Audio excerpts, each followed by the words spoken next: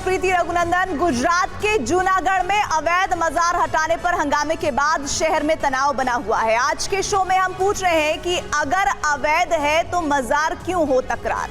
अगर कोई भी इमारत गैर कानूनी है तो उसे हटाने पर हंगामा कैसा? क्या ये मामला सिर्फ गैर कानूनी इमारतों से जुड़ा नहीं है, इसमें धर्म कहां से आ गया? साथ ही भोपाल से भी TV9 भारतवर्ष की एक्सक्लूसिव खबर है अवैध मजारों को लेकर। भोपाल के एक इलाके में कई गैर कानूनी मजार बन गई हैं। ये क्यों बन गई हैं, किसने बनाई है, इसका कोई अता पता नहीं है। और दो तस्वीरें मैं आपको दिखाने जा रही हूं, तस्वीरें देखिए और आप बहुत कुछ समझ जाएंगे। एक तस्वीर गुजरात के जूनागढ़ की है और जहां अवैध मजार को नोटिस देने पर बवाल मचा हुआ है, तो वहीं दूसरी तस्वीर भोपाल की है जहां कलियासोत बांध पर अवैध मजार देखे गए थे और इसी को लेकर पूरा बवाल मचा हुआ है। मजार अतिक्रमण या इमोशनल है, इसको लेकर लगातार चर्चाएं गर्म है और ऐसे में और बहुत सारी जानकारी आ रही है जो आज पूरे 1 घंटा आप इस कार्यक्रम में देखेंगे। और इस पूरे मामले पर एक बड़ी जानकारी अभी मैं साझा करने जा रही हूं आपके साथ। बड़ी खबर ये आ रही है कि TV9 भारतवर्ष की रिपोर्ट के बाद बड़ा असर हुआ है। भोपाल के कलियासोत में अवैध मजारों का निरीक्षण करने नगर निगम की टीम पहुंची है। TV9 भारतवर्ष की खबर का बड़ा असर हुआ है। कलियासोत बांध पर बने अवैध मजार हटाए गए हैं। TV9 की खबर के बाद कलेक्टर वहां पर एक्शन में आए हैं भोपाल के, और नगर निगम की टीम ने हटाई है अवैध मजार, जिसकी तस्वीरें इस वक्त आप देख रहे हैं। तो नगर निगम की टीम का ये एक्शन आपको नजर आ रहा है, जिसमें देखिए वहां पर खुद भोपाल के कलेक्टर पहुंचे हैं और उन्होंने TV9 भारतवर्ष की खबर का पूरा एक्शन लेते हुए उस पर कार्रवाई की है। नगर निगम ने, उसकी टीम ने हटाए हैं अवैध मजार। TV9 भारतवर्ष ने ही हमने इस खबर को इन्वेस्टिगेट किया था कलियासोत बांध के आसपास, और अब उसका असर ये हुआ है कि नगर निगम प्रशासन, पुलिस प्रशासन यहाँ पर आपको दिखाई भी दे रहा है और जो अतिक्रमण है, अवैध है, उसे तोड़ा भी जा रहा है। तस्वीरें आप देख रहे हैं किस तरह से बड़े प्रशासनिक अधिकारी, पुलिस अधिकारी यहाँ पर मौजूद हैं, नगर निगम के कर्मचारी मौजूद हैं, और जो अतिक्रमण था जिसको लेकर लगातार हम सवाल उठा रहे थे, प्रशासन को भी हमने जगाने का काम किया, शासन से भी सवाल किए कि आखिरकार इस तरह के अतिक्रमण को पर ध्यान क्यों नहीं दे रहा है। और ये तस्वीरें अगर आप देखेंगे तो ये TV9 भारतवर्ष की खबर का असर है कि किस तरह से ये जो अतिक्रमण था इस डैम के आसपास, उसे पूरी तरह से तोड़ा जा रहा है। और इसको लेकर खुद सरकार ने भी ये कहा है, चाहे वो पर्यटन मंत्री हो या फिर चिकित्सा शिक्षा मंत्री विश्वास सारंग हो, कि भोपाल में जो भी अवैध मज़ारें हैं उन्हें भी जो है वो पूरी तरह से तोड़ा जाएगा। तो फिलहाल ये नगर निगम के कर्मचारियों की तस्वीर देख रहे हैं। यहाँ पर अभी कुछ देर पहले ही,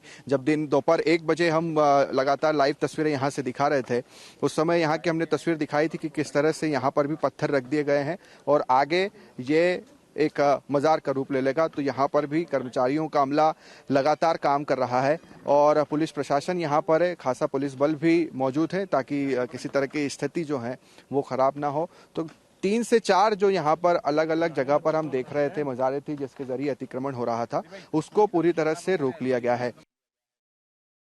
और इस बीच शुभम गुप्ता हमारे साथ, हमारे सहयोगी जुड़ने वाले हैं, लेकिन कलेक्टर ने एक्शन के आदेश दिए हैं, वो वहां पहुंचे नहीं है। एक बार फिर से साफ कर देती हूं और आपको बताते हैं भोपाल का पूरा मामला क्या है, इसको भी समझना बेहद जरूरी है क्योंकि उसके बाद ही आप इस पूरे मसले को बेहतर तरीके से समझ पाएंगे। दरअसल MP सरकार ने कलियासोत बांध को टूरिस्ट स्पॉट बनाया और फिर उसके बाद क्या हुआ, TV9 की टीम ने कलियासोत बांध की पड़ताल की, जिसके बाद वहां पर पड़ताल के दौरान बांध पर जंगलों में कई अवैध मजारें नजर आई, जिसकी रिपोर्टिंग हमारे सहयोगी ने की है।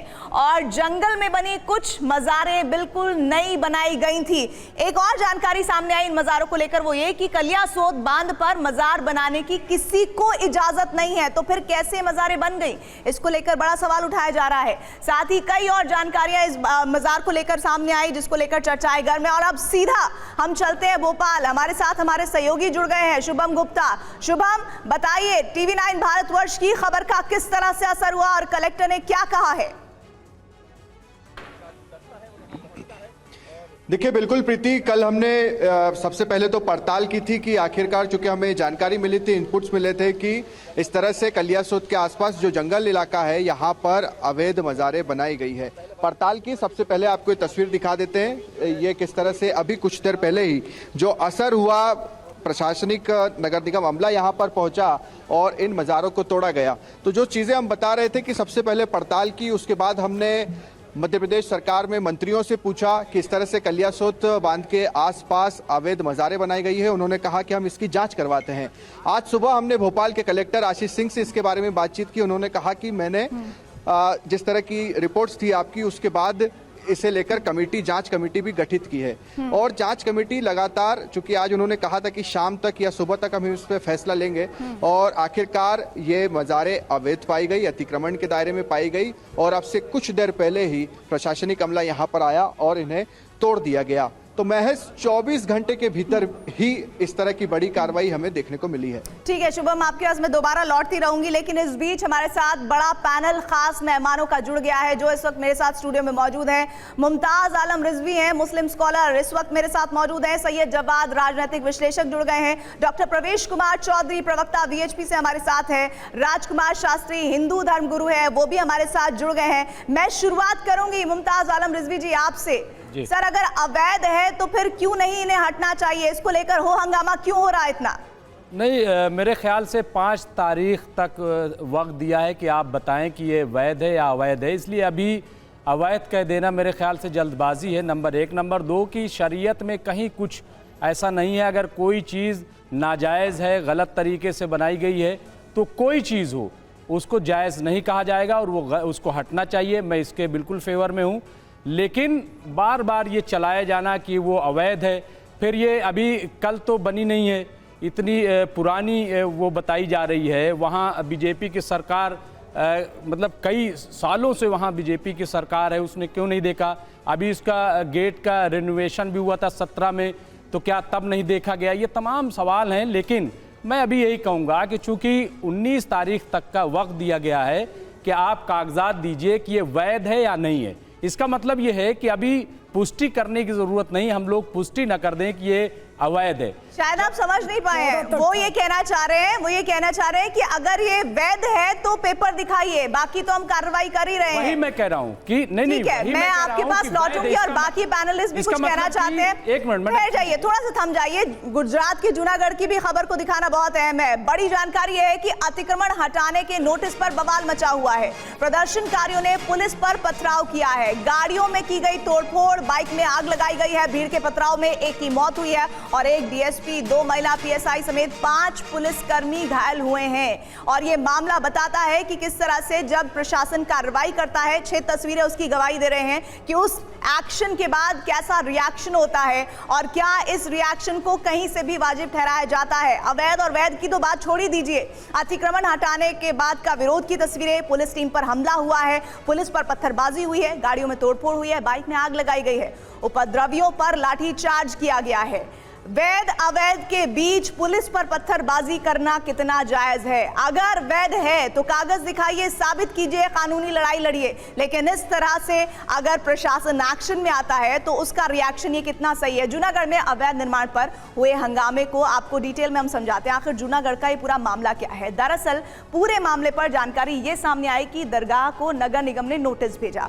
उसके बाद क्या हुआ? उसके बाद 5 दिनों में दरगाह के दस्तावेज मांगी, जैसा कि रिजवी जी कह रहे थे, और नोटिस का विरोध करने 600 लोग पहुंच गए। 1-2 नहीं, 600 लोग। पुलिस ने भीड़ से सड़क जाम न करने की अपील की और इसके बाद रात 10 बजे भीड़ ने पुलिस पर पथराव कर दिया। और कितने, हमने बताया आपको कि कितने पुलिस वाले जख्मी हुए। भीड़ ने मजेवड़ी थाने पर भी हमला बोला, मतलब पुलिस पर, थाने पर, कहीं किसी को बख्शा नहीं गया है। सरकारी गाड़ी जला दी गई और बस जलाने की भी कोशिश की गई है। तो ये साफ बता रहा है कि एक्शन रिएक्शन का चेन बहुत जबरदस्त है। पथराव में डीएसपी, 2 महिला पीएसआई समेत 5 पुलिसकर्मी घायल हुए हैं। अभी जैसा कि रिजवी जी कह रहे थे, ऐसे में बड़ा सवाल है, उस पर मैं बात करूंगी। लेकिन राज्य की रोडवेज के कंडक्टर ने यह बताया है कि कैसे भीड़ ने उसकी बस पर पथराव कर दिया। सुनिए। मारू नाम पंकज भारती, होद्दो कंडक्टर है। हूँ जूनागढ़ डेपो में नौकरी करूँ छूँ। मारो रूट હતો જૂનાગઢ વિજયનગર। હું 10:15 વાગે જૂનાગઢથી ઉપર મજેરગઢ જવા માટે ત્યાં અજાણ્યા શખ્સો દ્વારા પથ્થરમારો કરવામાં આવેલો છે। મારી એસટીને ચારે બાજુથી કાચ ફોડી નાખેલા છે ને પેસેન્જરોને પણ ભારે નુકસાન કરેલું છે। ડ્રાઈવરને બી લાગેલું છે હાથમાં ને તમામ કાચ તોડી નાખેલા છે। પેસેન્જરોને 2-3 પેસેન્જર જોરદાર લાગેલું, માથામાં ઈજા થયેલી છે ને મને છાતીના ભાગમાં લાગેલું છે.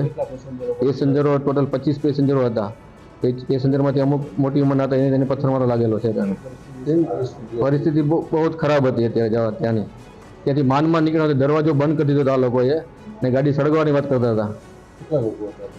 કમસે કમ 500 જણા માથે હશે ત્યાં. देखिए, कंडक्टर को आप सुन रहे थे किस तरह से खौफजदा है. उसने देखा कि क्या कुछ वहां पर मौजूद भीड़ ने किया. अवैध निर्माण को धार्मिक रंग देने का मकसद क्या नजर आ रहा है, इसको लेकर जो जानकारियां सामने आई वो ये कि अतिक्रमण हटा रहे प्रशासन पर हमला क्यों किया गया है, इसकी वजह क्या है. मजार अगर कानूनी है तो कागज देने में दिक्कत क्या है. साधारण सी बात है, क्या अवैध निर्माण को भावनाओं से जानबूझकर जोड़ा जा रहा है. अवैध निर्माण क्या किसी रणनीति का हिस्सा भी है, इसको लेकर भी जरूर जांच होनी चाहिए. और इस बीच रिजवी जी, जो आप बात कह रहे थे वो आप कह रहे थे जूनागढ़ वाले मसले पर, लेकिन यहाँ पर दो मसले हैं. एक भोपाल का कालियासोत वाला मामला जहां पर मजार को हटाया गया जो अवैध तरीके से थी, और यहाँ पर दूसरा मामला है गुजरात के जूनागढ़ का. लेकिन सर, सवाल यहाँ पर यह है कि अगर अवैध और वैध के बीच में मसला कहीं फंसता है तो भीड़ का उग्र होना क्या जायज ठहराया जा सकता है. मैं सीधे सीधे रुक करना चाहती हूँ. हमारे साथ धर्मगुरु जुड़े हुए हैं. सर, धर्म तो बताता है कि आप विनम्र हो, लेकिन भड़काना अगर कोई बात सिखा रही है तो ये तो बहुत ही अलग ही संदेश दे रहा है. जी देखिए एंकर मैडम, आपको आश्चर्य होगा कि मजार एक इस्लामिक धार्मिक स्थान है, लेकिन इन धार्मिक स्थान मजारों को लेकर के इतना बाजारीकरण और पॉलिटिक्स हो रही है कि जगह जगह पर मजार बना दिए गए हैं.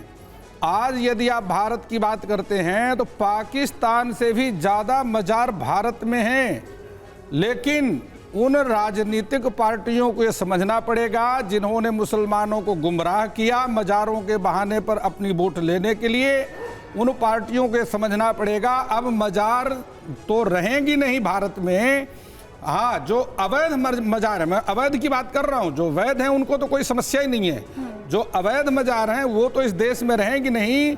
वो राजनीतिक पार्टियां भी जाती हुई नजर आ रही हैं जो मजार के बहाने मुसलमानों को बहका करके वोट लेती रही हैं, और ये मुसलमान भाई उनके बहकावे में आते रहे हैं.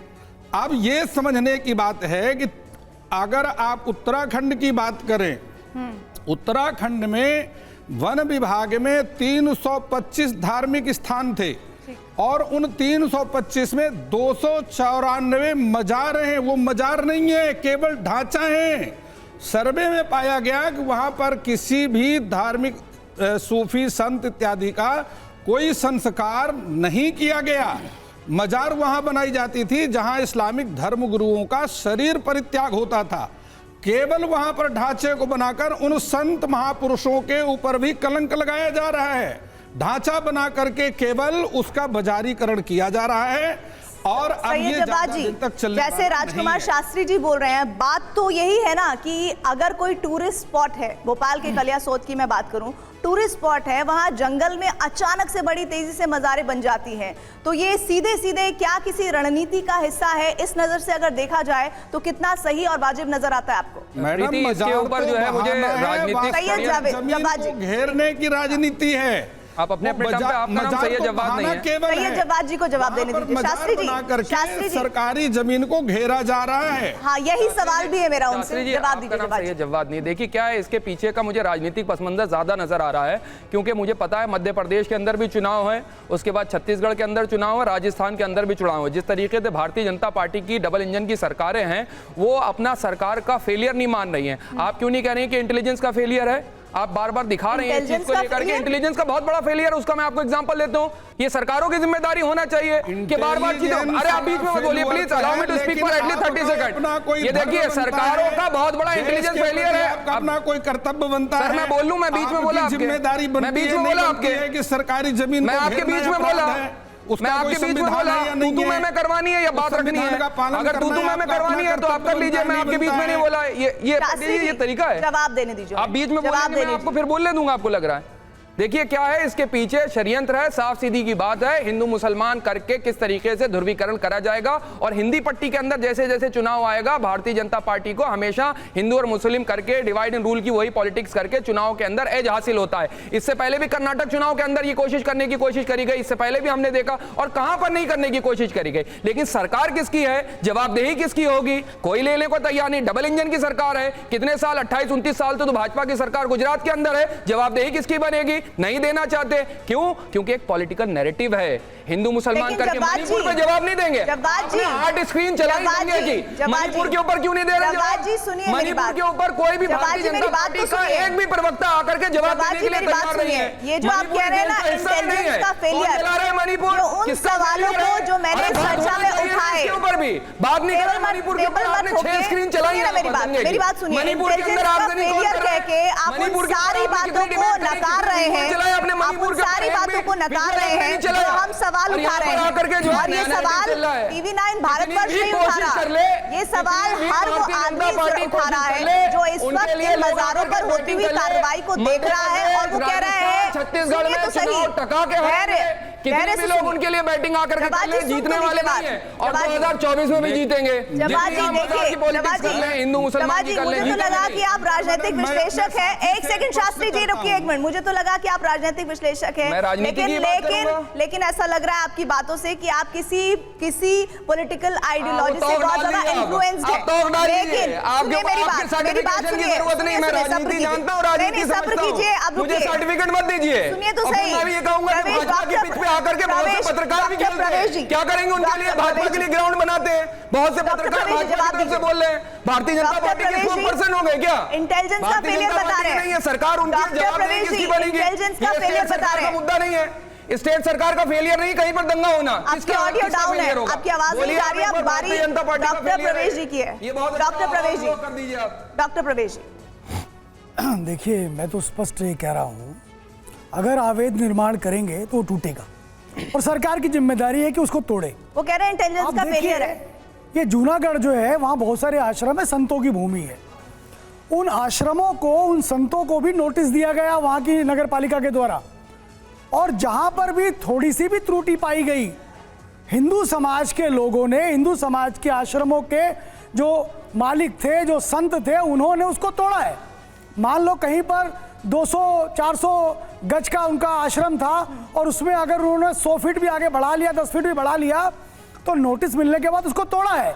उन्होंने पूरी बैठक करी है जूनागढ़ के अंदर, और बैठक करने के बाद ये निर्णय लिया कि जो सरकार हमें आदेश कर रही है हम उसको मानना है। ये हिंदू समाज है।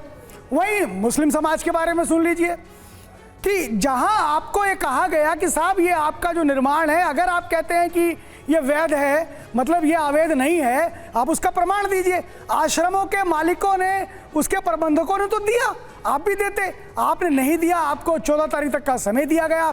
उसके बाद जब पुलिस वहां पहुंची एक दस्ते के साथ, तो आप कर क्या रहे?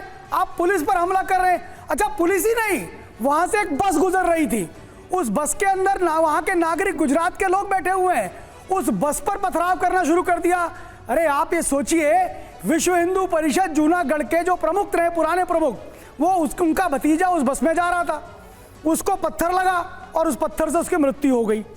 ये है, ये क्या यही सिखाया जाता है क्या इस्लाम के अंदर? क्या यही मुस्लिम समाज को पढ़ाया सिखाया जाता है कि आप इकट्ठे होइए और भीड़ बन करके और आप हमला करिए?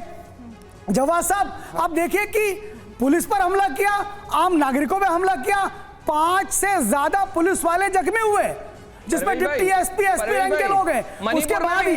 उसके बाद भी मणिपुर में हिंसा हुई, कितने मणिपुर पर बात करेंगे, मणिपुर के ऊपर कोई भी भारतीय जनता पार्टी का जवाब साहब हम कह रहे हैं जिम्मेदारी वहां पर भी हुई, मणिपुर पर भी बात करेंगे। तशद्दुद हो उसकी मैं मजम्मत करता हूँ, कहीं नहीं होना चाहिए, उसकी मैं मजम्मत करता हूँ, लेकिन ये बताइए क्या प्रदेश सरकार की जिम्मेदारी नहीं है? सरकारों की जिम्मेदारी, अपनी जिम्मेदारी क्यों?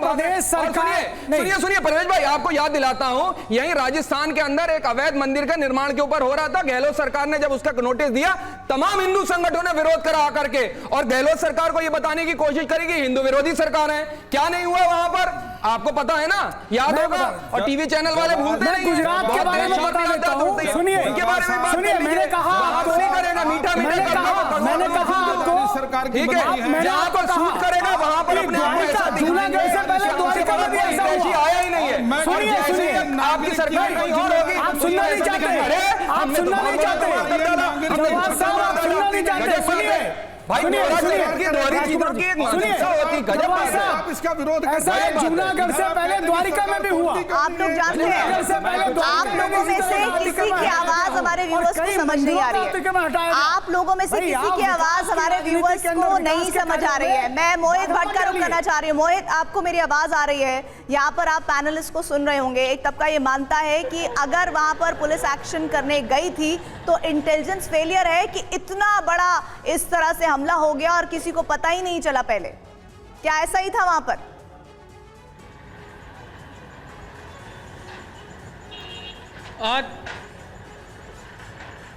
देखिए प्रीति, मैं एक बात आपको क्लियर करना चाहूँगा कि पूरे मामले में कल नगर निगम के अधिकारी, मेरे पीछे आप जो दरगाह देख रहे हैं, ये दरगाह को के नोटिस देने के लिए यहाँ पहुँचे थे। तभी एक लोग इकट्ठा हो गए और उन्होंने इस बात का विरोध किया। सरकारी ज़मीन पर जो अवैध बांधकाम है, इसके कारण जो यहाँ की नगर निगम है, उन्होंने इस जो दरगाह उसके ऊपर नोटिस लगाई थी। उसी के साथ कुछ लोग यहाँ इकट्ठा हो गए और जो प्रशासन है उसका विरोध करने लगे। तभी यहाँ पे पुलिस आई और पुलिस ने समझाने की कोशिश की कि अभी कोई डिमोलिशन की कार्रवाई नहीं हो रही है, लेकिन सिर्फ ये आपको पूछा जा रहा है कि ये दरगाह सरकारी जमीन पर तो नहीं है। अगर आपके पास कोई उसके कागजात है तो आप नगर निगम में 5 दिन में रखिए। लेकिन एक जो लोग इकट्ठा हुए थे उन्होंने पुलिस पर हमला कर लिया और 5 लोग उसमें जख्मी हो गए। दूसरी बात, यहाँ पे एक पुलिस थाना आया है, जेवड़ी गेट पुलिस थाना, वहाँ पे भी कुछ लोगों ने हमला किया और पूरा पुलिस थाना तोड़ दिया। फिलहाल पुलिस की कार्रवाई की बात की जाए तो पुलिस ने जो 200 से ज्यादा लोगों के खिलाफ शिकायत दर्ज की है। साथ ही एक व्यक्ति की मौत भी हो गई है, तो धारा 302 के तहत कार्रवाई की गई है। पूरी स्थिति अभी कंट्रोल में है, लेकिन सबसे बड़ी बात यह है कि 14 तारीख को नोटिस देनी थी, लेकिन जो साइक्लोन के असर थे इसके कारण स्थानीय प्रशासन 16 तारीख को यह नोटिस देने यहाँ आए थे, तभी ये वारदात हुई है। फिलहाल 5 दिन की मोहलत दी गई है। अगर 5 दिन में इसके कोई कागजात है वो नहीं मिले तो जरूर प्रशासन इसे डिमोलेशन की कार्रवाई भी की जा सकती है। मोहित, बहुत बहुत शुक्रिया ये ग्राउंड जीरो से रिपोर्ट हमें देने के लिए, और साथ ही शुभम आपका भी धन्यवाद तमाम अपडेट भोपाल से पहुंचाने के लिए। लेकिन रिजवी जी, सवाल ये है कि आखिर इन पत्थरबाजों से आप लोग इतना हमदर्दी क्यों जता रहे हैं? एक साधारण सी बात है, अवैध जगह पर कार्रवाई करने के लिए पुलिस गई, पुलिस ने कहा कागज दिखा दीजिए, और कागज दिखाने के एवज में उन्हें क्या मिल रहा है? उन्हें पत्थरबाजी, हमले का सामना करना पड़ रहा है। क्या ये जायज है? मैडम, हो गई बात। मैं ये कहूँ कि आप हमदर्दी क्यों कह रहे हैं? किसने यहाँ पे हमदर्दी दिखाई? नहीं तो आप बता रहे हैं ना, हमदर्दी नहीं है। सवाल ये है कि जब से सरकार, एक मिनट, चिल्ला करके, अगर आप चिल्लाएंगे तो देखिए, चिल्लाना फिर आप कहेंगे कि साहब ये इस्लामिक या मुस्लिम स्कॉलर ने कैसे बात करते हैं। भाई कहना पड़ेगा। नहीं, हम जो कह रहे हैं, हमारी बात तो सुन लीजिए, आप खुले शब्दों में बात तो सुन लीजिए मेरी, और कैसे करूं? बात सुनेंगे। मैंने कहा उनकी हमारी चीज, अभी तो जांच वहां के एसपी ने कहा है, मैडम वहां के एसपी ने कहा है कि अभी इस पूरे मामले की जांच की जाएगी, उसमें देखा जाएगा कि आखिर कौन लोग हैं जो पत्थर चला रहे थे, उन सबको सीसीटीवी में देखा जाएगा। हो सकता है कि अराजकता हो और माहौल को खराब करने के लिए वहां पहुंचे हो, क्योंकि पूरे देश की हमें फिक्र है, पूरे देश में पत्थर चलने लगे हैं। ये कौन सा ट्रेंड आ गया है? कश्मीर में तो दावा यह है सरकार का कि हमने पत्थरबाजी बंद कर दी, लेकिन पूरे देश में जहां देखिए पत्थर चल जाता है, पत्थर चल जाता है। कानपुर में पत्थर चल जाता है, मध्य प्रदेश में पत्थर चल जाता है, गुजरात में पत्थर चल गया। ये पत्थर चलता क्यों है? क्यों चलता है? इसकी क्यों नहीं जांच हो रही है? क्यों? कौन लोग हैं जो आपस में लड़वाना चाहते हैं?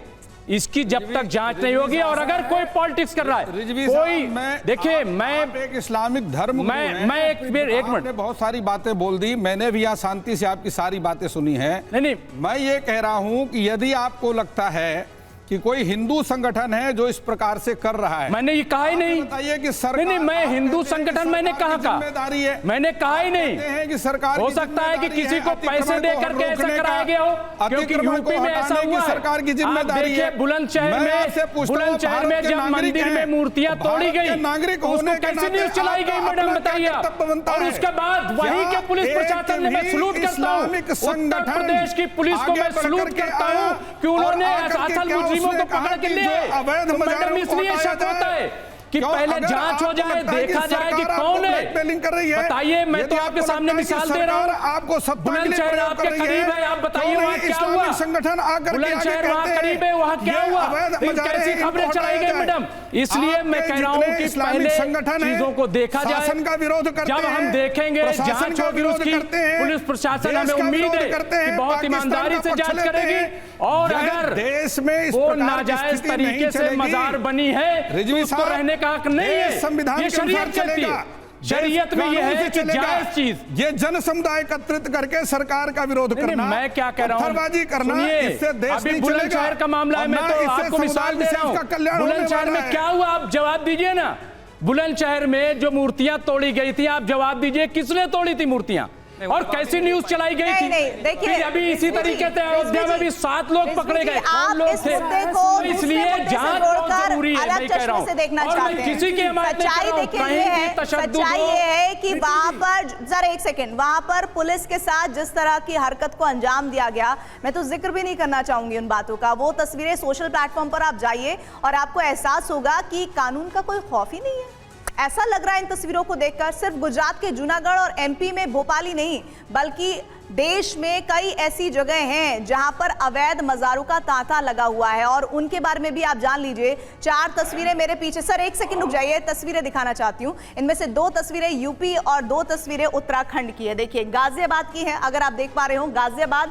और साथ ही साथ दूसरी तस्वीर हम आपको रेलवे स्टेशन की दिखा रहे हैं, बरेली की, हरिद्वार की, चमोली की। ये उत्तराखंड की है, 2 उत्तराखंड की है, 2 उत्तर प्रदेश की है। लेकिन देखिए, गाजियाबाद का राजनगर एक्सटेंशन, देखिए अवैध मजार हटाए गए हैं 1 मई 2023 को। ये कार्रवाई हरिद्वार में हुई है और इसको लेकर खूब चर्चा भी हुई थी। और उसके बाद की जो तारीखें हैं, देखिए अवैध मजार हटाने की जो डिमांड है वो यहाँ पर राजनगर एक्सटेंशन चौराहे पर हो रही है, और बरेली में कहाँ हो रही है, रेलवे स्टेशन पर। देखिए, आप कहीं भी खड़े हो जाइएगा और वहां पर एक मजार का ढांचा खड़ा कर दीजिएगा तो लोगों को दिक्कतें नहीं होती हैं इनसे। ये क्या इनको हटाना नहीं चाहिए, ये सवाल है।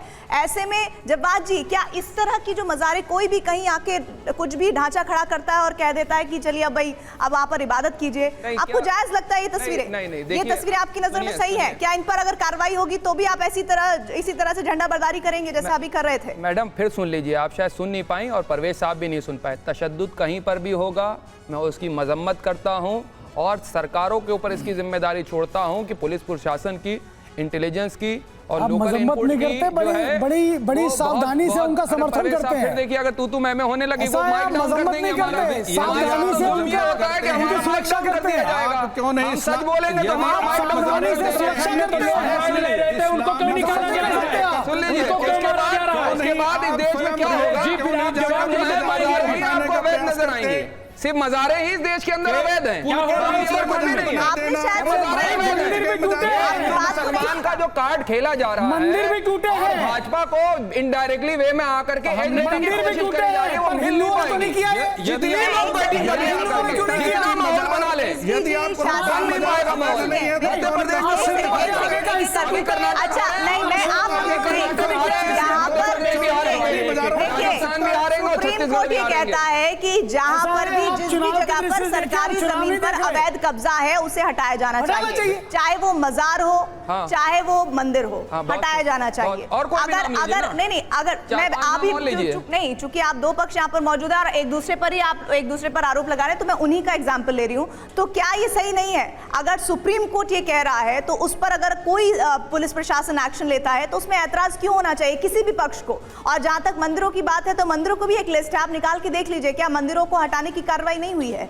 नहीं, एक बहुत अच्छी, एक तो एक चीज, 1 मिनट मैडम, मैं वही कह रहा हूँ, एक सेकंड जवाब जी को पूरा करने दीजिए, फिर आप चौधरी जी। मैडम वही मैं कह रहा हूँ कि देखिए, शरई एतबार से भी मैं कह रहा हूँ कि अगर नाजायज तरीके से कोई चीज़ खड़ी कर ली गई है, कोई चीज़ बना ली गई है, वो ठीक नहीं है, वो हटनी चाहिए। मैंने पहले ही कहा था। नंबर 1, नंबर 2, मज़ार जो है वो इबादत की जगह नहीं है, वो अकीदत की जगह है। इसको आप फ़र्क समझिए, इबादत में और अकीदत में फ़र्क है।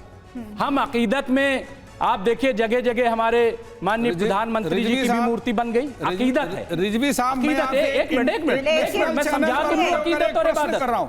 अकीदत और इबादत समझा तो लूं मैं। ऑडियंस देख रहे, करोड़ों लोग देख रहे हैं पूरी दुनिया में। रिजवी साहब, मैं आपसे एक प्रश्न कर रहा हूं, पूरी दुनिया में देख रहे हैं भाई, ये बहुत मशहूर चैनल है। एक नेशनल चैनल पर आप कह रहे हैं कि जो वैध नहीं है उनको हटना चाहिए, अवैध हटना चाहिए। आप इस नेशनल चैनल पर एक प्रॉमिस करिए, इस चैनल के बाहर जाकर के आप उन अवैध मजारों को हटाने के लिए क्या प्रयास करेंगे? शरीयत थोड़ी बदलती है, हटाने के लिए प्रयास पढ़े लिखे ज्ञानी आदमी है, क्या आप उनको प्रयास करेंगे? कोई ज्ञानी आदमी है, मेरी बात तो सुन लीजिए। इस्लामिक समुदाय एकत्रित करके आप क्या आगे बढ़ समुदाय एकत्रित करने की कोई आवश्यकता नहीं है, कोई जरूरत नहीं है। यदि आप कहते हैं, और उत्तराखंड में अभी बहुत सारे मज़ारात तोड़े गए हैं कि देश संविधान से चलेगा, जाकर के क्या सरकारी जगह पर मजार बनाना चाहिए? मैं क्या कह रहा हूं, यदि आपको लगता नहीं बनाना चाहिए तो आप ये मजार कल बनी है, नंबर 1। नंबर 2, मैं ये कह रहा हूं कि अभी उनको वक्त दिया गया है, कागजात पेश करने के लिए कहा गया है, इसलिए अभी हम डिसीजन कोई नहीं ले सकते हैं। अगर वो नाजायज है, मैं फिर कह रहा हूं, अगर वो नाजायज तरीके से बना ली गई है और उसका कोई वजूद नहीं था तो बिल्कुल नाजायज है और उसका वजूद नहीं रहना चाहिए। लेकिन ऐसा तो नहीं अगर है, वो कदीम है, पुरानी है, उसका वजूद है, तो फिर ऐसा तो नहीं है, ऐसा तो नहीं है शास्त्री जी कि इस मजार की आड़ में जानबूझकर भावनाओं को एक तरफ एकत्रित करने की कोशिश हो रही है। एंकर मैडम, देखिए, सबसे पहले उन मजार के जो मौलवी हैं उनको नोटिस दिया गया और मांगा गया कि यदि आपके पास में इसके सबूत हैं तो ला करके दीजिए। एक भी व्यक्ति उसके सबूत पेश नहीं कर सके। अच्छा। और जब उनको हटाने के लिए सरकार ने प्रयास किया, मौलवियों ने कहा कि यदि वो अवैध हैं तो उनको हटा दिया जाए।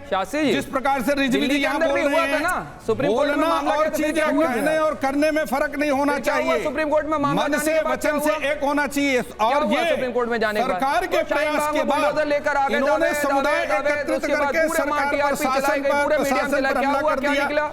आप ये बताइए, क्या उन मजारों में, धर्म स्थानों में यही आपको पढ़ाया जाता है? बात कर रहे हैं, यही शिक्षा दी जाती है कि अगर और ये प्रशासनिक की जिम्मेदारी थी, एक माहौल क्रिएट करके, आवाज बना करके आप जो है अपना नैरेटिव चलाएंगे। वो देश की जनता देख रही है, ये चीजें नहीं चल पाएंगी। करते हैं, बोल रहे तो 1947 से पत्थरबाजी चलती जा रही है। बोलेंगे हिंदू आपके पत्थर साधते रहेंगे, बोलने का मौका देंगे, आप ही बोलते चले जाएंगे लगातार। अगर यही बात है कि आप ही बोलते चले जाएंगे, दूसरे को सुनना नहीं, चलाते रहेंगे तो चलते रहिए। ऐसा थोड़ी ना होगा। इससे पहले बुलडोजर चला था ना, शाहीन बाग के अंदर क्या हुआ बुलडोजर का? उससे पहले दिल्ली के अंदर चला था, क्या हुआ बुलडोजर का? चल पाया था?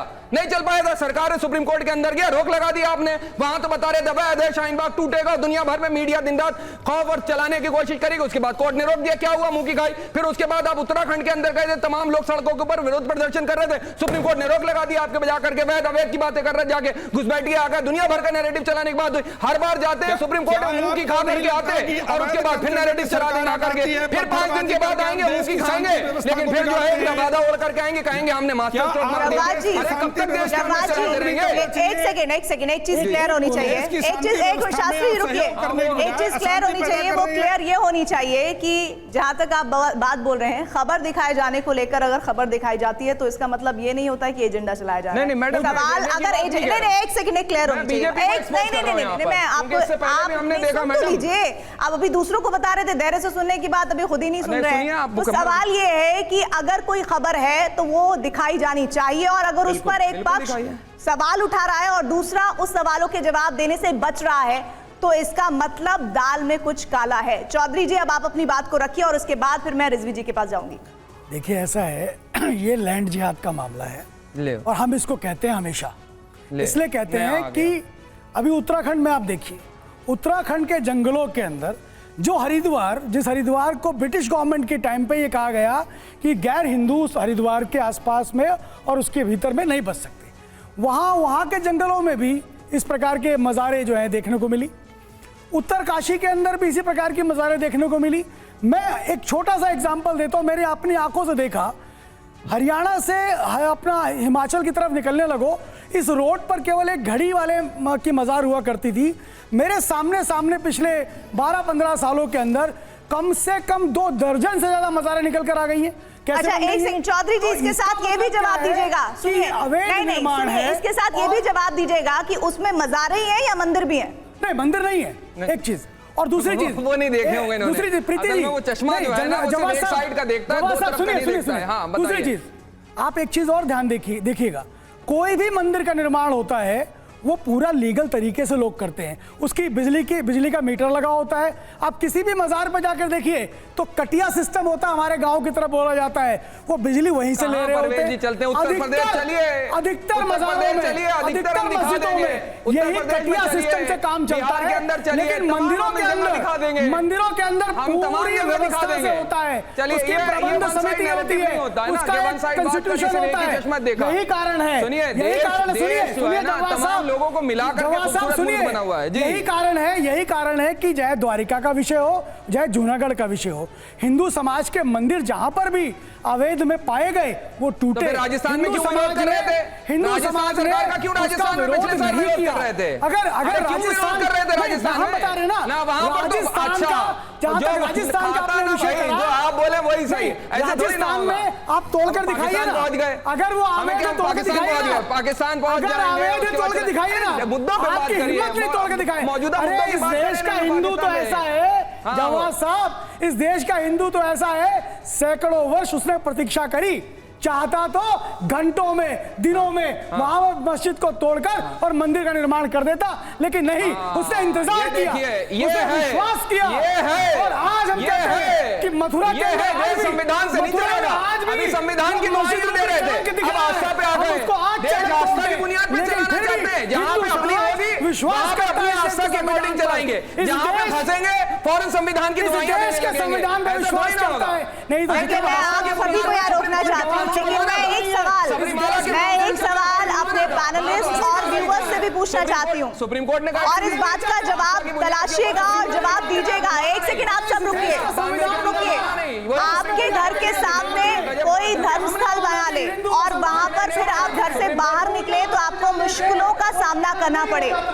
जो लोग इस पक्ष में खड़े हैं कि धर्मस्थल जो अवैध बने हुए हैं उन पर कार्रवाई नहीं होनी चाहिए, उनसे मैं सवाल पूछ रही हूं कि आप ये सोचिए कि आप घर से निकले और आपके घर के सामने ऐसे धार्मिक स्थल बने हुए हैं और आपको वहां से निकलने तक में मुश्किल हो रही है, आपका जवाब क्या होगा? इसी के साथ ही आज सभी खास मेहमानों का बहुत बहुत शुक्रिया। बाकी खबरों के लिए बने रहिए TV9 भारतवर्ष के साथ।